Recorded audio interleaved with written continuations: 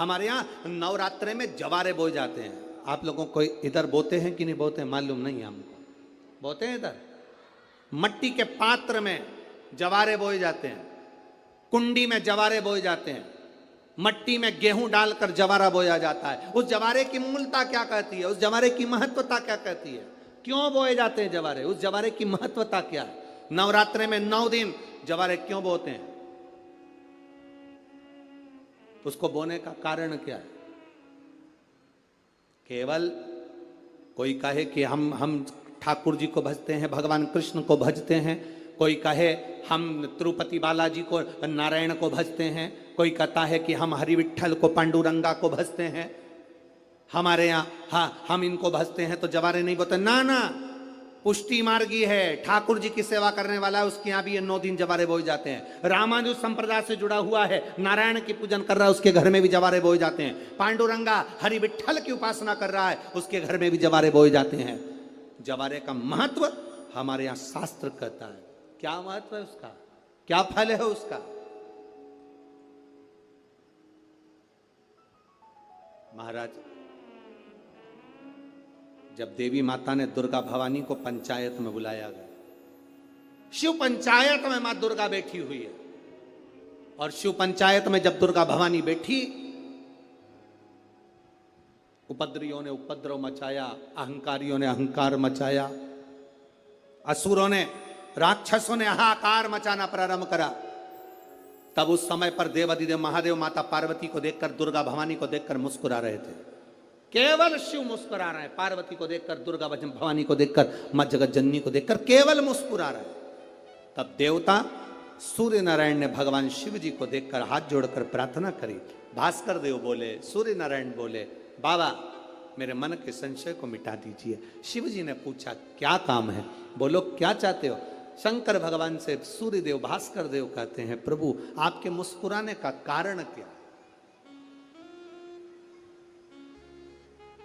भारत की भूमि पर जितनी जगह पर भी आप लोग कथा सुन रहे हो, आस्था चैनल पर, फेसबुक, यूट्यूब पर जितने लोग कथा सुन रहे हो, बड़े ध्यान से सुनना कि जवारे क्यों बोए जाते हैं। नवरात्रि में जवारे की महत्वता क्यों होती है,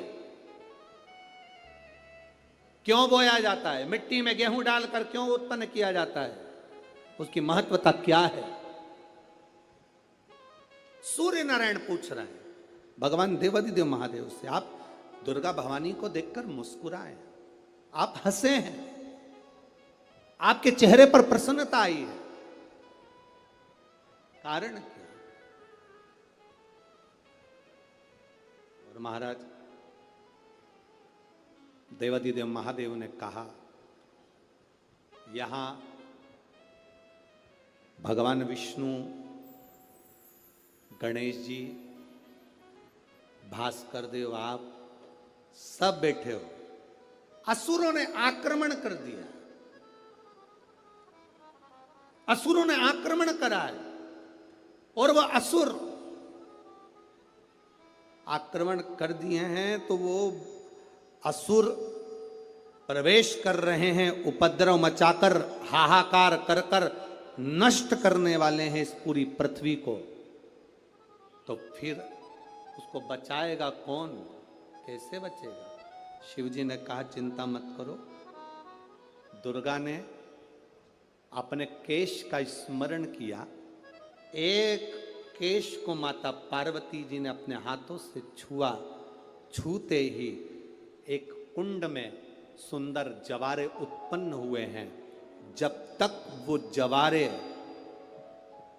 बड़े नहीं हो जाते, जब तक वो जवारे थोड़े प्रबल नहीं हो जाते, तब तक एक भी असुर प्रवेश नहीं कर सकता, हाहाकार नहीं मचा सकता और अंदर आ नहीं सकता। शिव महापुराण की कथा कहती है, जवारे जिसके यहाँ बोए जाते हैं, जवारे का, आप लोग कहते हैं कहीं पर देवी जी बैठी हैं, किसी के यहाँ मिट्टी की मूर्ति आई, 21 फीट की, 41 फीट की, 15 फीट की, 10 फीट की, 25 फीट की देवी जी की प्रतिमा स्थापना हुई।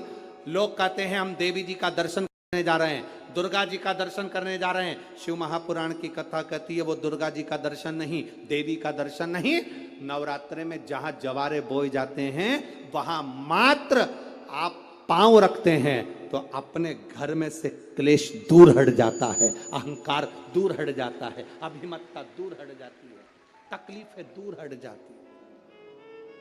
जिसके घर में जवारे बोए जाते हैं वहां से अहंकार, काम, लोभ, आसक्ति, वासना, तृष्णा और दुख, तकलीफें दूर हट जाती है। उस जवारे का मूल का तत्व आनंद, सुख। महाराज उसको समझने वाला समझ सकता।